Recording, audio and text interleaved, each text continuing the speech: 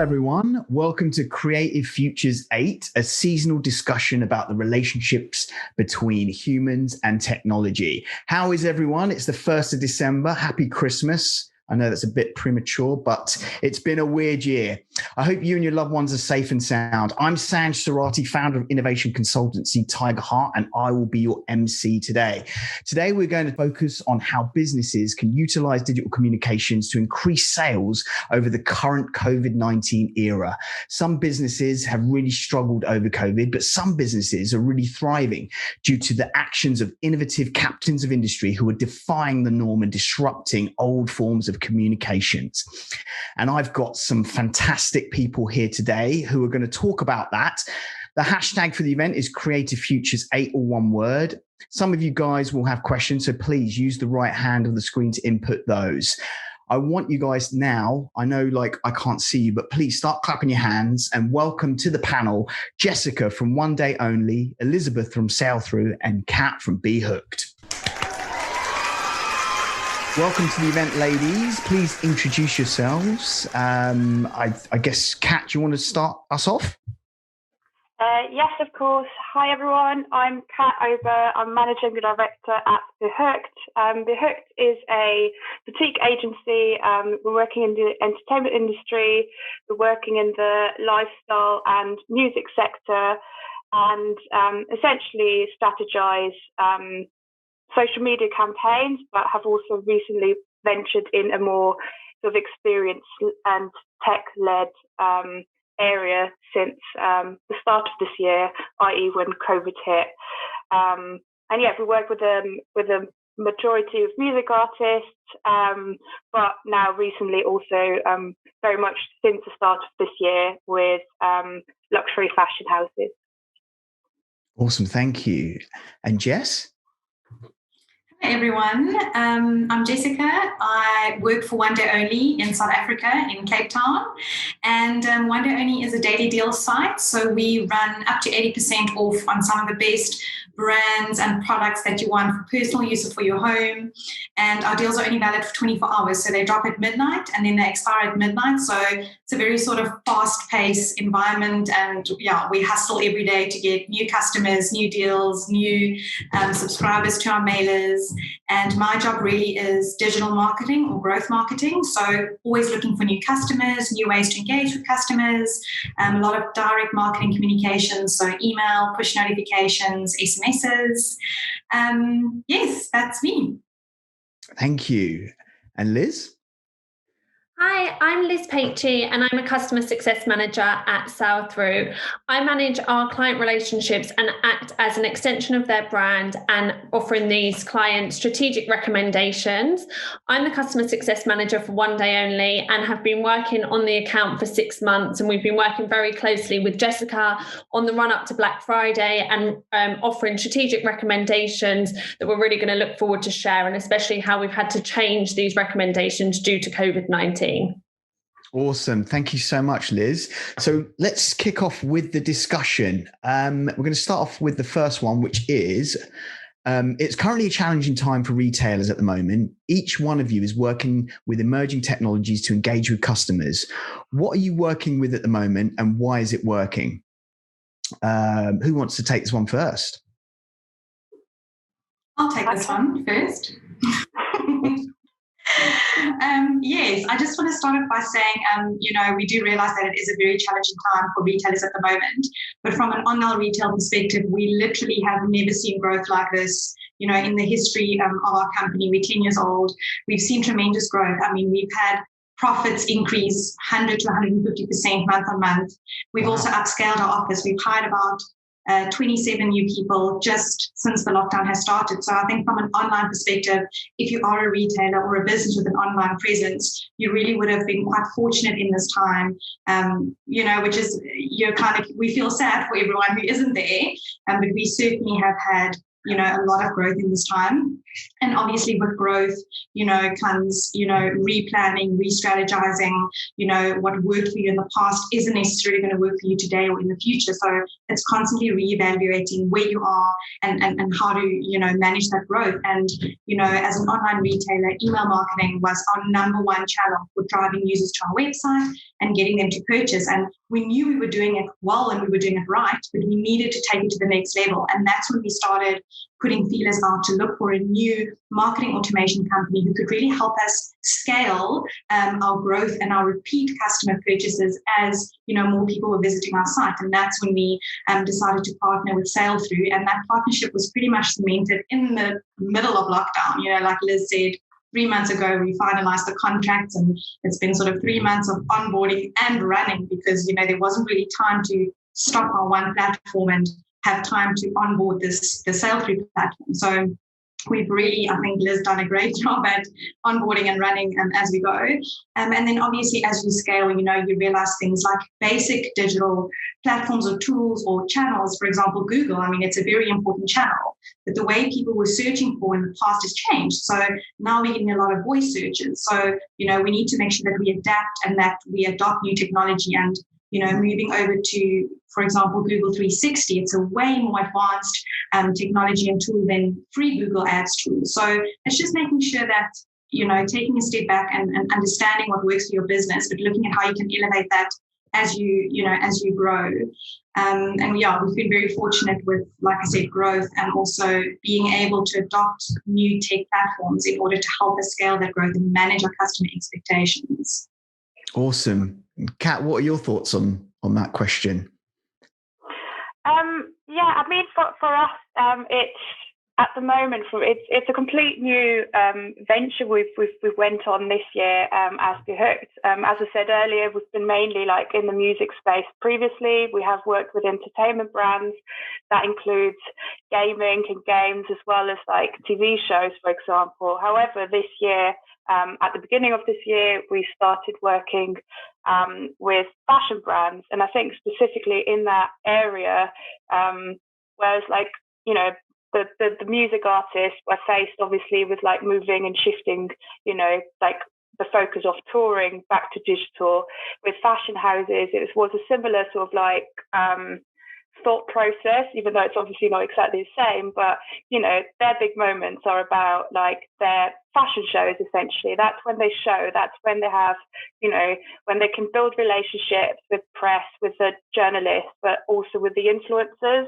A celebrity turning up at a certain fashion show is a huge essentially marketing part of a fashion show.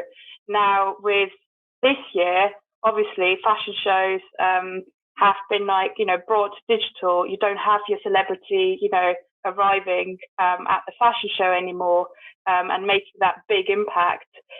Or they a celebrity would be at loads of different ones, but they have exclusivity and all those things. So it's all about sort of bringing what we've done this year is bringing those moments into the digital world and how we can amplify them. Also not just being okay, we still got the celebrity and the influencers, but how are we going to work on solutions that are actually making them feel special? So it wasn't it was more about we make sure that the influencers, the celebrity, the press events, that they are essentially having special experiences that still allow them to build a relationship with an idea, with the creative of the fashion show. There's so much that goes on of tailoring ideas, everything that's being shown. It's a very, very personal thing of the fashion designer that is being shown in a fashion show by the models, where it's set, the music, etc. Now, when you're actually not there as the person who's essentially part of the marketing, it's way more hard to build that relationship. So we've come up with multiple ideas across our client roster, that range from very simple live streams and gifting of how we can make that more special and bring it home, make the essentially the influencers and the press feel special and really looked after, despite not having the opportunity to talk to them directly, for example, in a space, having that experience together. So there were like multiple things that we've worked on outside of initial live streams, which was the first go-to. It's the initial idea is right away, let's do a live stream, to sort of replace the fashion show. And then, we sort of like went into the direction of VR, AR, and also virtual showrooms, and also like making the gifting experience special at home. So having something that makes that a bit more personalized, giving something special to people, and sort of like helped our clients getting that over the line. I think the biggest sort of impact one that we've done was working with an AR VR company called Photon Lens and Ralph and Rosso, and they essentially shot it was very reduced because it was like proper lockdown in regards to the filming and the crew that could be there. There was like the fashion show was all filmed in different parts, so they had to stitch it together. And what we have done was essentially focusing on the press and influencer side of things, and helped them work together with Photon Lens, loaded in the fashion show. Within like, I believe 24 to 48 hours, we had to ship all the headsets to the influencers, which obviously wasn't just the headset. It was people get like, it's like a present that you open. There's like loads of different things, very special things in there with the AR headset. And there was quite a brief turnaround. It's very typical for fashion. It's usually like 24 hours. That made it a bit harder because we also had to ship it in time. But I think like the results that we got back were just like really incredible. Like the people we worked with, they have like 195 like in total million like reach together. Wow. So that's sort of like there you see the scale of like why it's so important to focus, even though it's not like an experience available for everyone, because not everyone at the moment at home has like a headset to and the same as well. So that was where we really like felt that this was something new that they like also the influencers haven't really experienced before. So it was very special for them, and they also like posted about it. Often numerous posts as well. It's usually like, it's just courtesy that you do a post when you're there or a story because you get something in return. But there were like, we got multiple stories and in feed posts, and it exceeded the expectations, which was really great to see. Amazing. So Jess and Kat, you kind of touched on how exploiting the narrative through technology is really important because it allows you to kind of create that personal experience to the customer.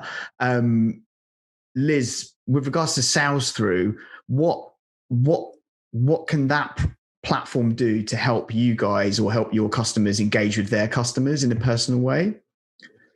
Yeah, no, definitely. I think that's a great question. And I think with the two verticals of clients that I manage, which is commerce and publishing and media clients, we've really seen that having that email is that reliable relationship that you can really send that one-to-one communication to at any time. And I think from COVID, with the media and publish side, they've just seen or focus on acquisition has just gone absolutely through the roof, that people are really signing up. They want to get live news updates. They want to receive everything straight away to their inbox.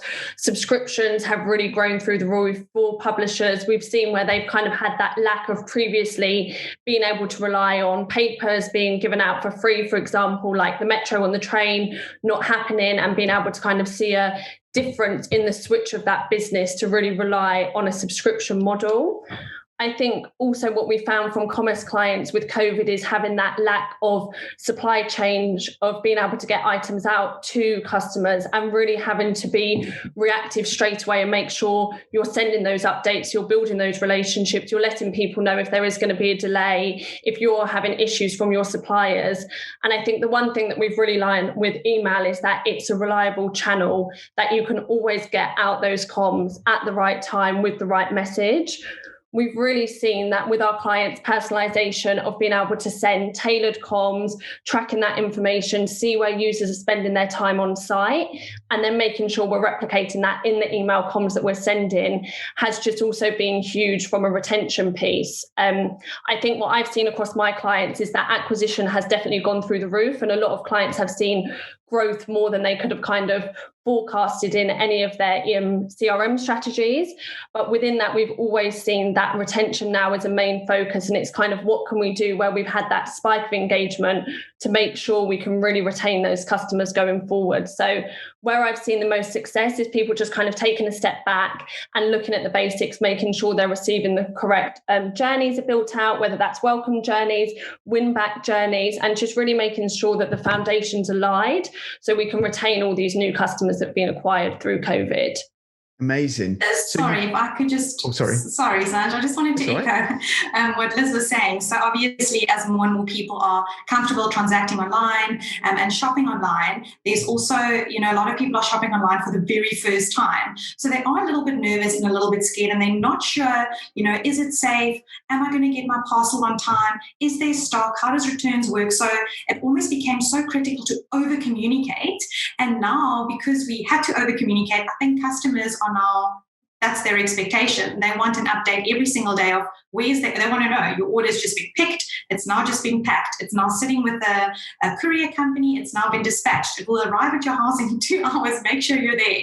So we're just constantly having to over communicate, and that also now becomes tricky because there has to be a balance between how often we update someone on their order and how often do we promote a new product or a new deal, because you also don't want to be sending 20 different communication pieces every single day. So what Liz said, there's all of these journeys that we now have to build out. So we have to welcome and onboard new customers, explain to them how the process works, make them feel safe and secure and happy and comfortable with their purchase. But then also we want to, upsell and cross-sell products. So, it's quite hard to find that balance between, welcoming them and making them feel happy about their purchase, but also trying to, sell different products. So it does become tricky, but that's where a really solid CRM strategy and a tool like Sailthru that helps you manage how often you communicate, what time, what is the best time to communicate, do we send a push or an SMS or an email? So that becomes very important. Awesome. So that kind of leads me into a question that's just come from one of our guests who are watching at the moment. And they haven't given their name. They've called themselves anonymous. I mean, they might be called anonymous. I don't know. Just with regards to the customers and the audiences that you guys are engaging with, what's something interesting that you've learnt about them through the pandemic? Who's answering that? Any of us? Kat, do you want to take the lead on this one? Can do. So our focus is probably less on the customers. That's sort of like an end result of like a lot of the work we do. It almost goes via pushing for press and influencers first on social media. Obviously, social media is meant to be then consumed by the end customer. So let me rephrase the question. Sorry. What have there been any surprises with regards to the response of what you guys have been delivering over this current pandemic? So I'll take that again. I would say not specifically. I would say more that brands at the start, and that sort of like covers everyone we work with, but very careful about general messaging and how they communicate with their audience. You don't want to talk about virus all the time, but also it's sort of like the thing that you need to sort of mention it in a way that is like useful. Yep. I wouldn't say, because like we expected that the engagement would go up, that there is more media consumed, and that's very much what we've seen happen. Awesome. Liz? Yeah, no, definitely. I think with what I've seen in the trends kind of for customers through COVID is on the media and publishing side of things, it's just really making sure that that news that is constantly being updated and the changes are then reflected in the information that we're sending out to customers. I think for publishers, they've had to do a huge transition of previously focusing on being able to give out hard copy of print papers. And we've really seen now that subscription and paywalls is much more of the focus for media and published clients going forward. I think with commerce clients, it's massively on the supply and demand chain and making sure you can get that information out. And I think also it's given clients a chance to just kind of take a step back and think, do we have the basics sorted? Are we sending out the right messages from the get-go? Are we targeting clients correctly? If they've made a purchase, are we driving them to a second purchase? If users are on site but they're not purchasing, what are we doing? And sending different comms to those users. So I think really just looking at the overall database that you have and making sure that you're sending different communications to users depending in that journey where they may be with you as a brand at a time. And I think COVID's just really given everyone that chance to see that things can change and nothing is kind of stable. That's one thing I think we've all learned from this year. So It's just making sure that you're being reactive with your client base from that. Awesome. Jess, do you want to add anything to that? Yes, I mean, I think I can echo what Kat and Liz said. I mean, consumer behavior has completely changed. I mean, you can predict and plan as much as possible, but I promise you, when you come into the office the next day, it's not at all what you planned, and you have to be so agile and nimble to change. And I think customers have become a lot more demanding because with online shopping, you almost expect your whatever you've ordered to be delivered within the next 60 minutes. I mean, you want it now. If you can get in your car and go to the shop and have that instant gratification, you're expecting that from online channels now. So I think customers have become a lot more demanding, and you just have to manage those expectations. And I also think in a time like we are in now, a lot of people are struggling, a lot of businesses, a lot of people personally are struggling. So you also have to be very careful in your communication. You can't just tell people, yay, we've got up to 80% off on your favorite brand, shop today. Because what if that person doesn't have money to shop? They can't afford groceries or pay school fees. So you have to be very careful also with the way that you communicate, and also to echo what Kat was speaking about earlier, in terms of changing how we communicate. So you can't physically have fashion shows. So you've now reverted to online and virtual reality. I mean, we've seen a massive spike in sort of video kind of content when it comes to advertising. So, as an e-commerce brand, we're not just pushing out banners and messages and emails that are telling people to shop now. We've actually partnered with influencers and, really famous Instagram comedians just to also, sort of build morale, make people smile, bring a sort of fun element. So we're not just telling people, spend 500 Rand today. We're saying, this comedian is so funny and look what he's buying on OneDayOnly. So you can also do the same thing and have the same experience. So we just try and make it fun and sort of lighthearted rather than, sort of put people under more pressure when they're potentially not feeling so good at this time. Absolutely. So there's been a spike in sales for businesses that are utilizing email in new ways to engage with customers. Some businesses have seen up to 30% more engagement with their potential customers over COVID. Can you think why that is the case? Like why are more people utilizing email and being successful with that platform, even though it's quite an old technology? Don't know who wants to take that one. It's funny you say that because, email marketing is the biggest driver for our business, and I still think email is a bit of an outdated channel. Yeah. But there's so many ways that you can use email marketing now, and you can be really personal, and you can, bring video content in, you can bring dynamic content in from your website. So it's definitely not a dying channel at all, even though we think it's old school. But I think there's so much you can do with it. But also, during the pandemic, when it just started, people were in their homes. They were spending, just in our country, 5 to 6 hours a day extra on their mobile phones because they needed something to do. So they were searching for things, browsing things. And so we just found that the more emails we sent, the more engaged people were. So we would send emails, we would literally just tell a joke because we do have sort of a fun and a quirky tone. And we would send videos just to make people laugh. So it wasn't all about, it was more sort of creating and celebrating content as opposed to trying to sell something. And I think that really worked for us. And now we just have a super engaged audience who are now looking forward to our mailers. And obviously, you guys aren't subscribed, you don't live in this country, but we have a really quirky write-up where we just write the most random stuff in our email, and people literally open our email just to read that. And for example, one morning our email actually went out late, and we had so many customers writing in complaining, saying, "Oh my goodness, I woke up at 5 o'clock this morning, my email wasn't in my inbox. What's wrong?" Like, he just couldn't start his day without this funny, quirky little message we sent out. So I think, you can be really entertaining in your emails, and then that does encourage people to sort of open. So it's more an entertaining factor, and then go, "Oh, by the way, I can buy this product, or I can watch this show, or I can look at this fashion show." So there's definitely fun and entertaining ways you can use email marketing now. It doesn't have to be that sort of direct, boring, hard sell message. What are your thoughts about that, Kat? I just think what you said earlier, Jessica, it's about, when things are changing all the time, you might be like sticking out a social media post, but you can't always, guarantee on the algorithm. So, your core customer base that, actually has subscribed to your mailer and has already bought into that, that you are reaching out, they do want to be updated of what your business is doing.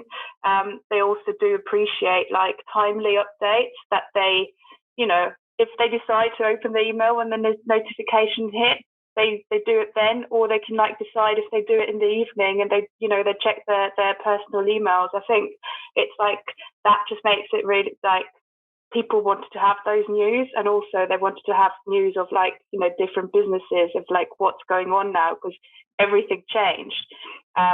Information almost gives control in that sense. So and I think that's likely why I would say that the email have definitely had a peak.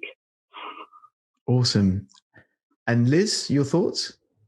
Yeah, I think just really agreeing with Kat and Jess's point there, that I think especially when lockdown first happened, I know I received so many emails from CEOs of companies just giving updates with store closing and what was happening to their businesses, especially with industries like travel. You were receiving emails from CEOs of British Airways just letting you know what was happening with their business. And I think in a time of such uncertainty, it was a way to just kind of feel connected with those large brands and them letting you know what is happening to them, what steps they're putting in places, even things like grocery stores, online shopping, where people weren't wanting to go to the shops, or there was a worry of, will you be able to get food? I know definitely in the UK, there was a worry of, will you be able to get toilet paper?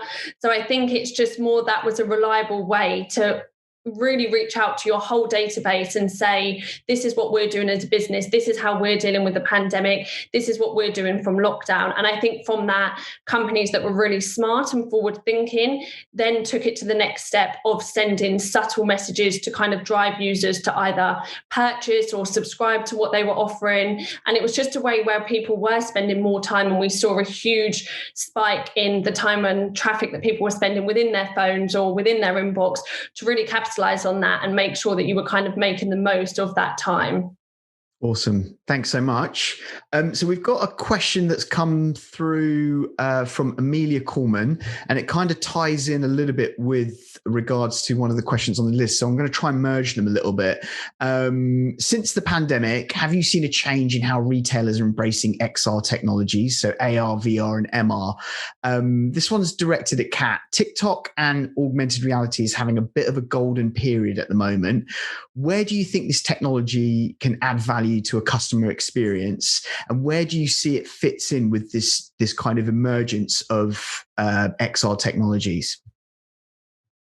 I think that's two things, because I think augmented reality, VR, is slightly different to TikTok, but they all sort of go into, I think, a certain playfulness and creating a feeling that, now we're used to social media posts, for example, and I know I'm going on about social media, but that's my thing.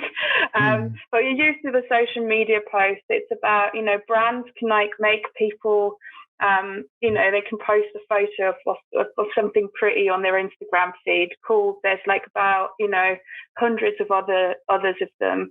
I think, that's normal now. So it's about, bringing something new to the table. And I think now it's specifically people like to have fun content. That's TikTok and playful content, specifically, within a time like this, which has like led to a huge increase in like just viewership on TikTok, and also massive sort of shift to TikTok from brands.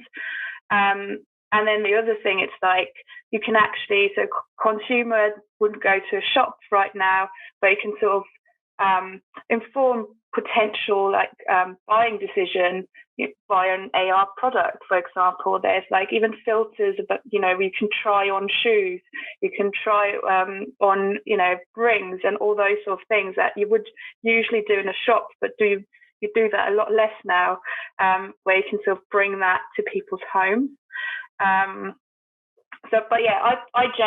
I think TikTok is for the fun and the playfulness, and also reaching really new audiences. Yep.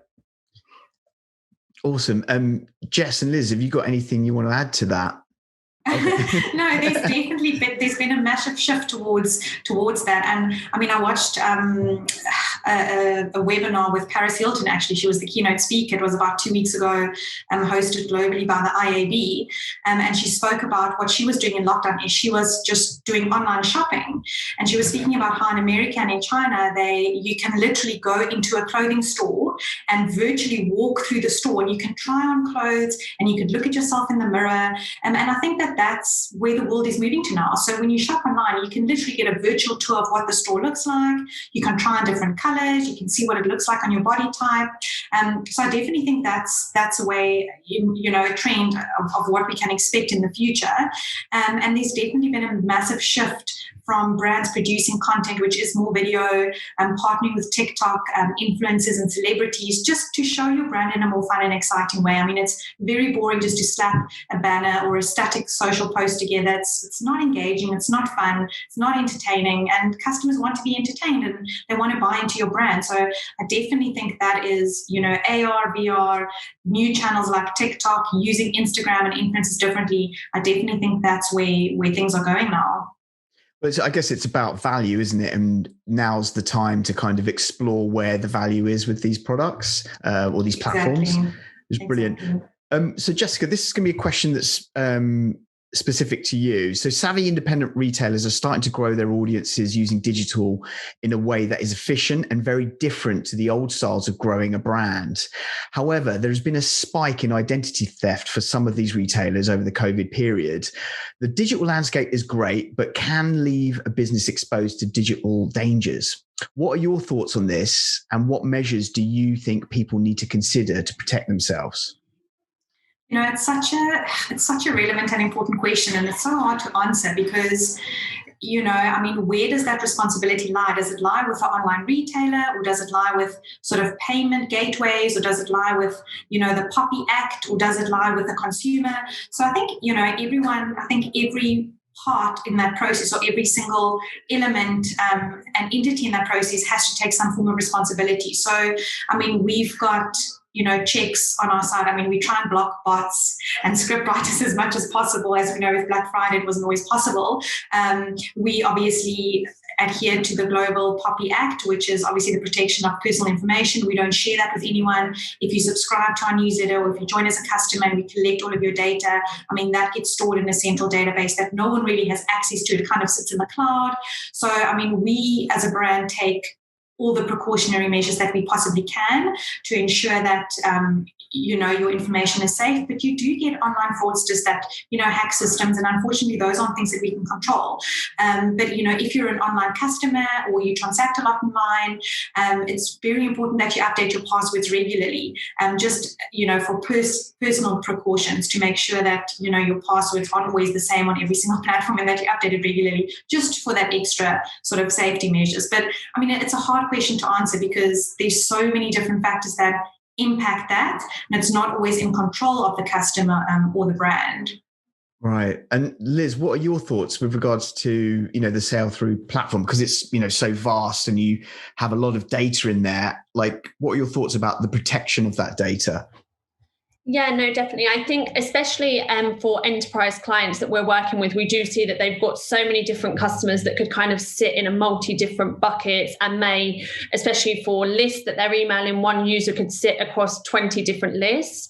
So we just really make sure that with all the profile information that we're acquiring from users, and that's being stored on the user profile, that we're really putting in all of the correct checks depending on the com that we're sending, to make sure they really are receiving the right communication tailored to them at the right point. So, for example, if we know we've got a user that might be browsing on site to look at home appliances, but we also know that they've gone and they've made their 5th purchase, so they're slightly more engaged, we would just be advising, when you're looking at kind of building out those lifecycle optimizer journeys, and you're really looking at targeting your customers, put in checks to make sure, have they made their first purchase? Have they made more than 3 purchases?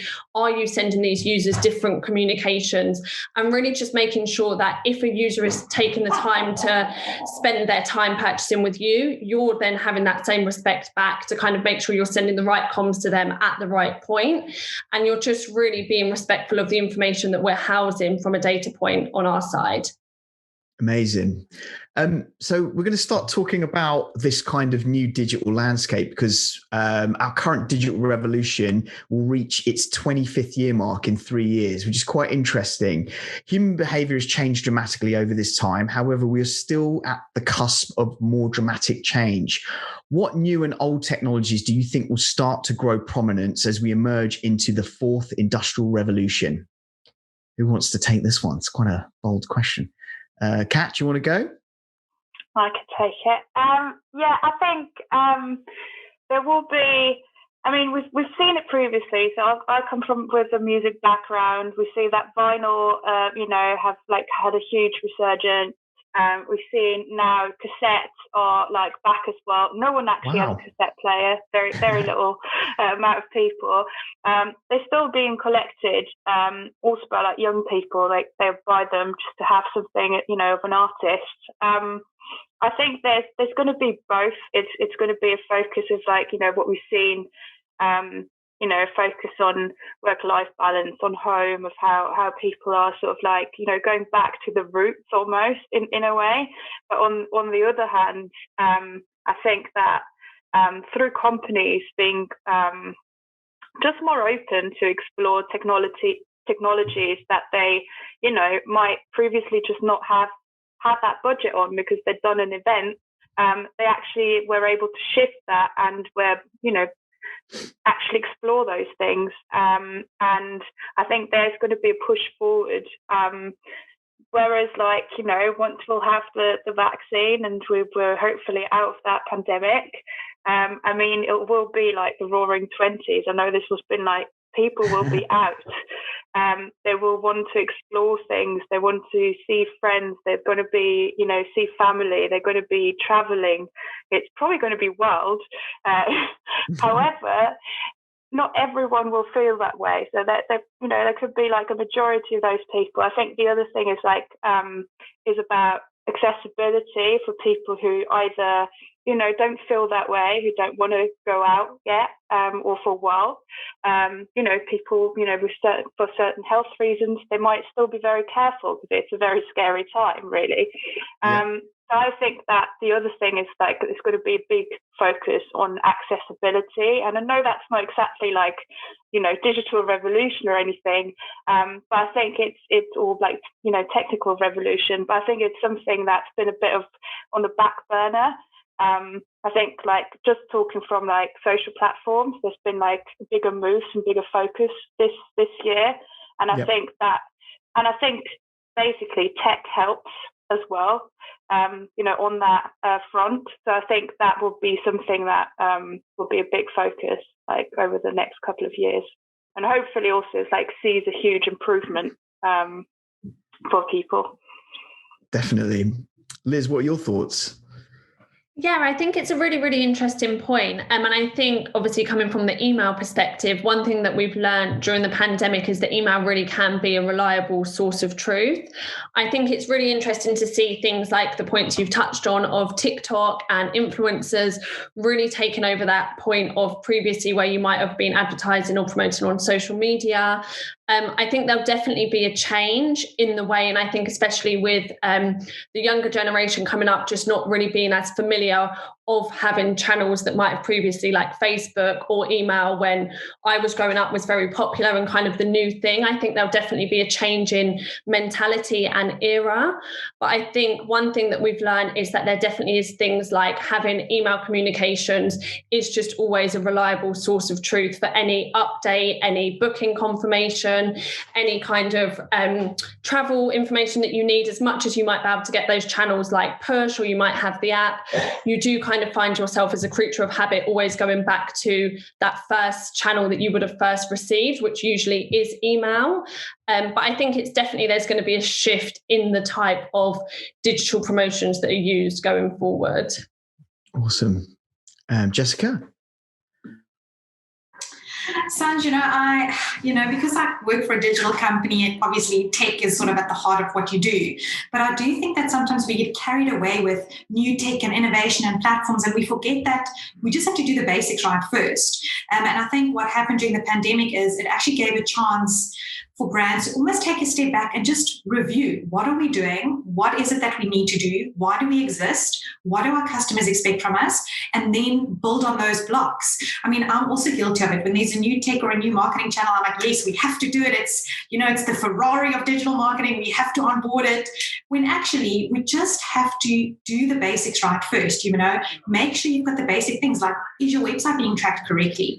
Are we capturing consumer data correctly? Are we communicating with them at the right time in the right environment they want to be communicated in? And if you are ticking all those boxes, yes, then absolutely. How do we automate? What tools do we bring in, to ensure those automations take place? What tools do we bring in to help us do better creative? How do we create video elements out of static posts? Then you can add on that. But I think it's so important just to get the basics right first before you go and adopt all of these new tech platforms and new channels, because then you're actually going to damage your brand in the long run. Awesome. Okay, so guys, we're starting to run out of time. So I just wanted to kind of wrap things up quickly. First of all, thanks so much for your time, guys. You guys have been brilliant. I know we've got people from all around the world here. We've got someone in Bavaria. We've got someone in South Africa. I thought Liz was going to be representing the States, but she's not. She's just up the road from where I am in London, which is cool. But no, seriously, thanks so much. You guys at home, please give them a round of applause. Can't hear it now. I'm joking. Just a quick one between you guys, each one of you. I'm sure there's going to be people on here who want to get in contact with you. What's the best way to get in contact with you? Should we start with Liz? Yeah, definitely. And the best way to get in contact with me will be via my LinkedIn, or just contacting my email address, or someone from the events team at Sailthru, and they'll be able to pass on if they want any strategic recommendations from coping with COVID. Awesome. Kat? Definitely email address or via our website, behaviour.com. Awesome. And Jessica? Yes, you can also contact me via the OneDayOnly website. It's just onedayonly.co.za, or on my LinkedIn profile, or you could reach out to Liz at Sailthru and she could introduce you to me. Awesome. Guys, you've been brilliant. Please pat yourselves on the back. Those of you listening, thank you so much for your time. I know it's a tough time at the moment, but we really value you guys. If you've got any questions or anything, please get in contact with Sailthru direct. You can get through to them at events@sailthru.com. I've been Sanj from Tiger Heart. Wherever you are, whatever you're doing, please be good and be safe.